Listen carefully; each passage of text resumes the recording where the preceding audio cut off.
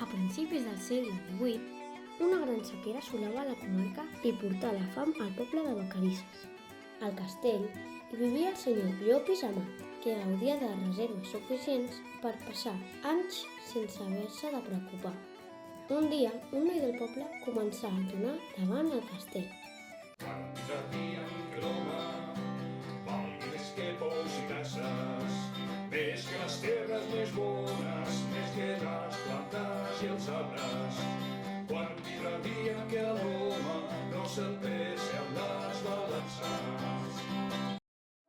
En sentir el noi, el senyor es va sentir tan trist que no va sortir del castell fins passar les 36 llunes plenes. Passat aquest temps, reuní tot el poble davant el castell i va fer una promesa. Cada any donaria una vaca al poble i així ajudar a reparar tot el mal causat fins llavors.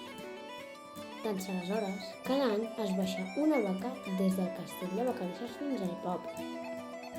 El fet és recordar el triomf del poble sobre el senyor.